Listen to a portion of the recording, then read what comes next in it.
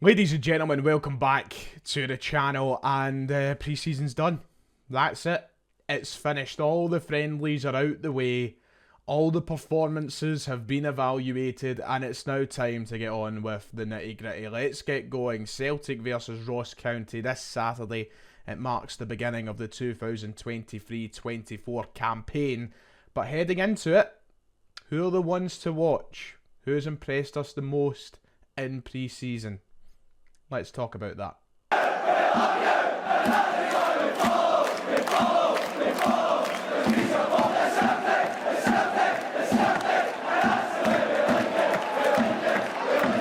If you haven't already, please make sure to hit like and subscribe. We're about 800 away from the big 40,000. So let's try and get there, or as close to it as possible, before Saturday. It would be much appreciated. It's all free. It's all down below. You know the score by now.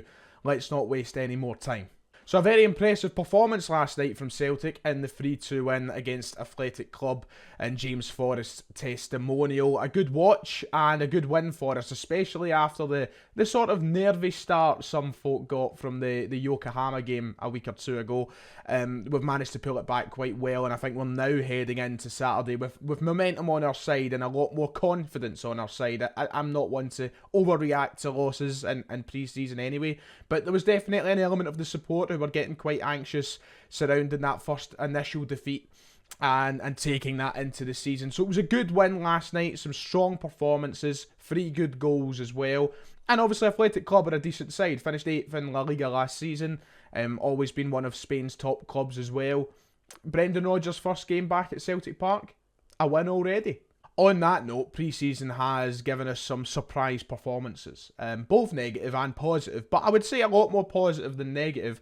And amongst all of those surprising performances, it's given us a lot of positive signs moving forward into this 23-24 campaign. Signs that I think that a lot of us might have not expected to see. Some players who we had wrote off or out the door, giving us a lot to talk about and a lot to think about moving into this new campaign and what they could perhaps do this season. So yeah, we're going to look at a little bit of that today. Brendan Rodgers spoke after the game yesterday of the debutants as well at Celtic Park, so there is quite a little bit to talk about. First of all, let's look at those comments. Of course, at Celtic Park yesterday we seen a number of players for the first time live in the flesh, and also just general debuts. Mike Nawrowski, he made his Celtic debut alongside Kwon and Yang. Obviously Odin Thiago Holm making his first appearance at Celtic Park. So a little bit to evaluate there for us as fans, but also the manager moving forward. This was his comments on the debuts yesterday at Celtic Park. He said, "I think that some coped better than others. That's the nature of it. We all know how heavy the shirt is with the demands of a Celtic player, but that's what you have to cope with. I thought that Mike, first half, was excellent. Odin was very good second half with the ball, along with Matt O'Reilly in midfield. I thought that Yang was excellent on the outside. He worked hard and penetrated. I thought the new guys settled in well. They got a sense of what it's like to play here and the expectation that grows." That was Brendan Rodgers' comments. Interestingly, the only player he never really touched on was Kwon, who probably had the most questionable performances out of the new crop of Celtic players. But I think it was only right to probably leave him out of the evaluation. You're not going to go in two-footed on one of your new players and give a damning criticism of him. But a lot of Celtic fans already have given a damning criticism of Kwon. Some people in my live stream yesterday want him out the door after 45 minutes in a Celtic shirt, but that's the nature of this club, I suppose. But some really good debuts, a lot to think about, and I tell you one thing, a couple of them, and one of them we're going to talk about more specifically today, I'm really excited to see, and I think it's going to be really fun to watch them over the next season. On that note, today's video, I'm going to go through the 5 players who I personally am very excited to see under the guidance of Brendan Rodgers this season. I'm going to give my reasoning for them, but for me, these could be the 5 players to watch as the season unfurls. And a couple of them I would never have expected to have on this list. So, yeah, it's going to be fun. Here's the 5 I think that we should watch. Wow. General disclaimer, I'm going to make this point again. I made it last night on the live stream, just before we get into the 5 names. Let's not overreact on either side. I think after last night, and the other performances in pre-season, it's very easy to get carried away both on both sides of the spectrum, positive and negative. Some people getting wrote off in the friendlies, saying that they shouldn't be at Celtic, they aren't good enough. Some people now going to be the best thing from sliced bread. You look at someone like Bernabei, who, a month ago we were like, nope, never going to be good enough for Celtic, get rid of him. After last night, a lot of people were like, oh my god, he's going to be brilliant. I think that overreaction is something that you need to watch, and it's one thing that I really like to watch, because I don't want to pile expectation on somewhere for it to go, bang right up in your face. So I'm trying to look at things, with a level head, and these are 5 players that I feel confident can do something, but I'm not going to say, yeah, they're going to be the best thing from sliced bread. We'll wait and see what happens. Anyway, here's the 5 players that I'm going to say. Let's start with the obvious one, Liel Abada. He has been fantastic throughout pre-season. I think that most people have him at the top of these sort of lists. He's going to be one of the key players to watch in the side this season. He was someone who we all thought was going to leave. There was talk of Ajax looking at him, talk at other clubs around Europe having a wee look at Abada. And obviously there was all the talk about him not signing a new contract. He's not someone who's in desperate need of a contract. He still has, 2-3 years left on that deal. But now is the time for him to get into that team and make that place his own. If anything, that place is already his own, being the clear and obvious choice for the right wing position. There's no one really there who's as good as Abada, to our knowledge, yet. And he will probably start the season there comfortably in that position. There is obvious talent with Liel Abada. So far in his Celtic career, he's got 28 goals and 20 assists. And for someone his age, that's a remarkable return. He came in here at 18 years of age. And the fact that he's contributed so much, I think that it slightly goes under the radar. This year, without Jota being there, he is probably going to be the key winger for us this season. I would go as far to say that. Now, I said, let's not overreact and such, but the difference is with Abada is we know the clear talent that he has. And he's someone who last season was just unlucky that Maeda and Jota were constantly at the top of their game, so he had to wait. He had to bide his time and wait for his chances to come. He obviously featured a lot more off the bench, but so far in pre-season, he's been one of the best players to watch. He looks so comfortable, and I think that under Brendan Rodgers, he will just go up another level.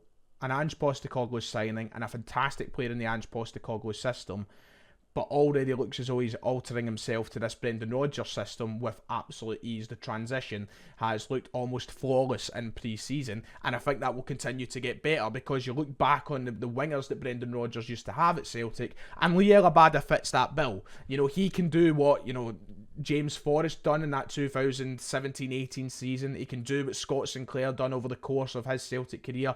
He is someone who's going to be so good for Brendan Rodgers, and the ability to score and create goals could carry the front three for us throughout a season. We're so lucky, we're blessed with players who don't need carried. Kyogo, Maeda, these are guys that can do, so much. They can do the work on their own too. But Abada, I think he could be the key attacker for us this season. I really do. And I'm excited to see how that pans out over the year.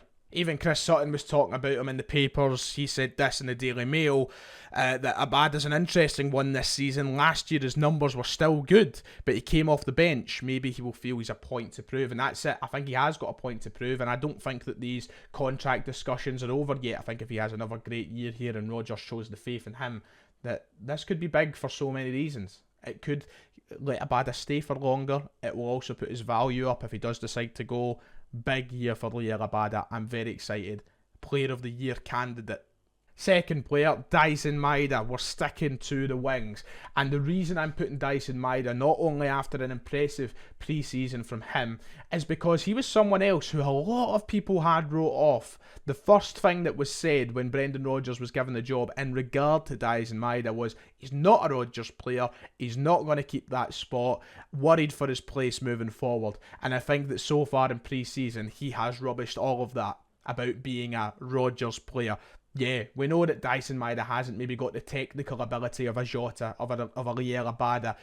He was more of a player who fitted that Ange system with his press, his pace, his work ethic. Maybe off the ball, he was a lot more effective than he was on the ball. But This is what Brendan Rodgers comes in to do. This is the whole point in bringing in a manager like him. He comes in to enhance the talent that he has to his disposal and make players better. And I think that Dyson Maeda, under the guidance and management of Brendan Rodgers, will be able to take that technical side to his game to another level, and a level that might satisfy those who still doubt him. Pre-season, he made a really strong case for being deployed through the middle too. We now know that that aspect of his game is something that we can maybe rely upon and trust whenever it's needed. You know, if Kyogo drops out the side, Maeda's pace can be used up front and through the middle. He got that hat-trick against Yokohama. He's obviously played up front for Japan for a very long time. That is a part of his game. It's just not really been explored at Celtic. But Brendan Rodgers decided to explore it in pre-season a little bit, and now might have the confidence to do it throughout the league campaign if need be. Even if he's on the left, which he will still be, I think that he's going to be really, really good. I think he's going to surprise a lot of people, those who did think that he would maybe fall to the side with Rodgers as manager. He's someone who goes under the radar too, because he's not Kyogo, because he's not Jota. You know, it's not a name that comes to your mind straight away. But yeah, great pre-season. Got to be huge this season. Matt O'Reilly. We're moving back a little bit here from the forward line into the midfield. And this is the guy I've been excited to see under Rodgers since the minute he came through the door. I think that he could be a standout, and like I said with Abada, a player of the season candidate come the end of this campaign. If he stays fit, he stays healthy, I think that he could be the kind of focal point in the middle of the park for us. He has all the abilities to be a top star. I think down in England, across Europe, it could be that the ceiling is very high for Matt O'Reilly. And Brendan Rodgers is exactly the type of manager who I think is going to come in and unlock that. Matt O'Reilly gives me serious Stuart Armstrong vibes when it comes to the situation he's in now with Rodgers coming here. Because I think that for a lot of people, O'Reilly, towards the end of last season, was maybe under achieving in regards to what he has as a player and what he was doing in the park. I think a lot of people are like, well, we know O'Reilly can be better than this, and maybe he wasn't quite living up to the expectations that he set in his first 6 months as a Celtic player. I don't necessarily agree with that, but I think a lot of people were starting to think that. And it reminds me of Armstrong, because we knew we had a great player in him before Rodgers arrived, but he wasn't quite hitting those heights. Then Rodgers comes in and makes Stuart Armstrong one of the best players on the side, gets that big move down to the Premier League as well. I think that similarly we'll see O'Reilly do that sort of job that Armstrong done. You know, the way that he can carry the ball, he can score goals. It was something that he missed out on quite a lot last season, was the scoring of goals.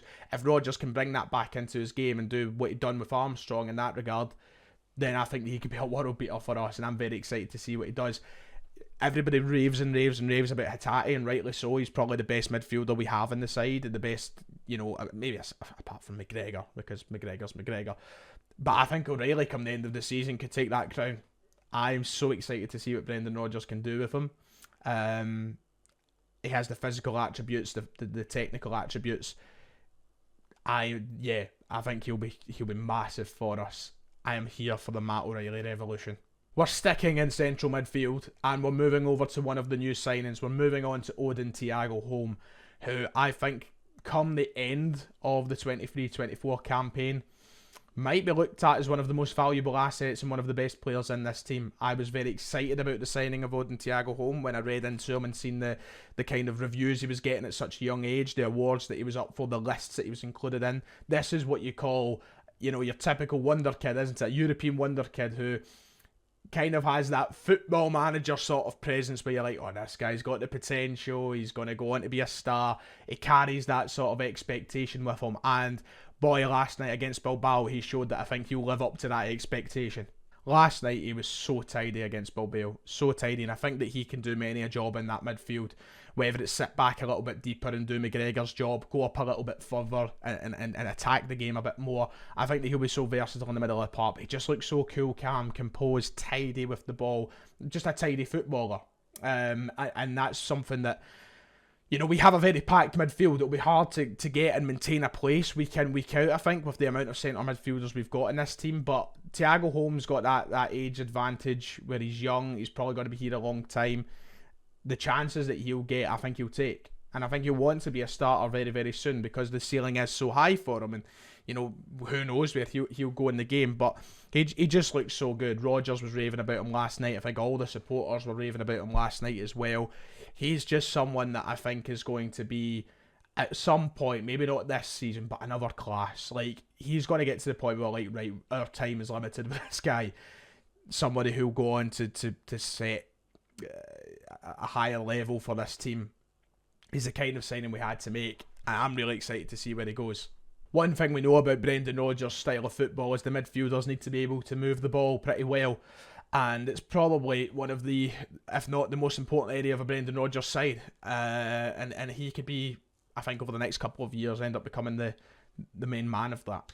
So, Thiago home, I'm very excited, probably the most excited I am for any of our signings so far this summer.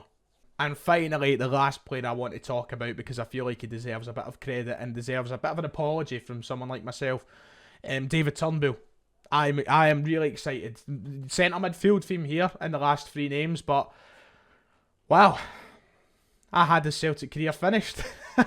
And now he's came and opened a different chapter for his Celtic career. One that could maybe save his Celtic career, get him a new contract, and remain here for a long time, because I think Brendan Rodgers likes him, and I think that he's going to be seen a lot this season. Look, we know the skills that David Turnbull possesses. We know what he can do. He was player of the season back in 2020-21. It was the shining light in what was a very dark and dreary season for us. And he's just kind of went under the radar, hasn't he, since Ange's arrival. He started well in that opening half, and then he got the injury in the cup final, and he just never really got back in after we signed O'Reilly, Hatate in January. It's been a struggle for David Turnbull. And I really did think that he'd leave Celtic. Not because he wasn't good enough or anything like that. I just thought that maybe his time here was up. The minutes that were not there for him, the players that we were signing, I really just didn't see how David Turnbull got back into the side. But in pre-season and towards the end of last season as well, he showed that, like, no, I'm still a quality player. I still deserve my chances. And I think that Brendan Rodgers really likes him, and I think that he'll want to use him as much as he can, because he has those attributes that maybe some other players don't. That shooting from range factor especially. Like, we don't have a lot of players who do that. And if you need a late goal and you need somebody who's confident to take a shot from outside the area, David Turnbull's there. And I don't think he necessarily needs to be a guy that you just sub on with 10 minutes to go. I think he could be starting games again soon for Celtic. And there's no reason why he can't be. A lot of people don't think he's good enough. A lot of people think that he's more than good enough. He's a very polarising player in that regard. Some people want him to stay, some people don't really care. But I think that in pre-season, he showed his value. And I think he's got a lot to give to Celtic. He's got a kind of redemption arc to sort of go through here. And Rodgers is certainly the kind of manager who can bring that back. I think for Turnbull, the biggest issue is fitness. The biggest issue is making sure you're fit and ready to play every week. And for Turnbull, that's been a struggle over the last couple of years. But if he can get back to that, then I think Rodgers will play him a lot. And I'm really excited to see what he can do with him, because if he can get back to that level he was when we were at our poorest, think about what it'll be like when we're at our best. Generally, finally, to wrap this up, the midfield is going to be brilliant. We've got so many players: Hatate, Turnbull, O'Reilly, Home. These are names that you look at. That's the best centre midfield group that we've had in my lifetime that I can remember. Unbelievable. So Rodgers getting to use that, a massive oof.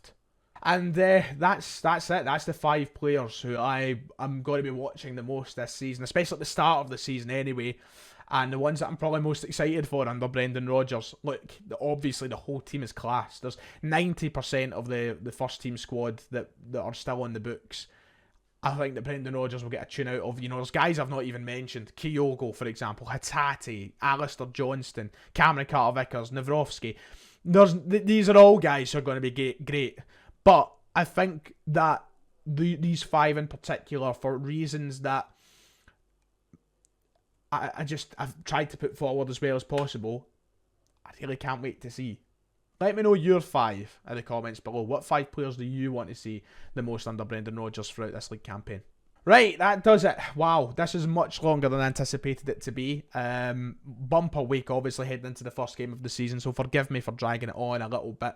But got to get bang for your buck, even though it's free, but still. Like and subscribe if you haven't. I appreciate you. Podcast coming soon, and all the rest of it will be here right up until Saturday. Love you all. Cheerio.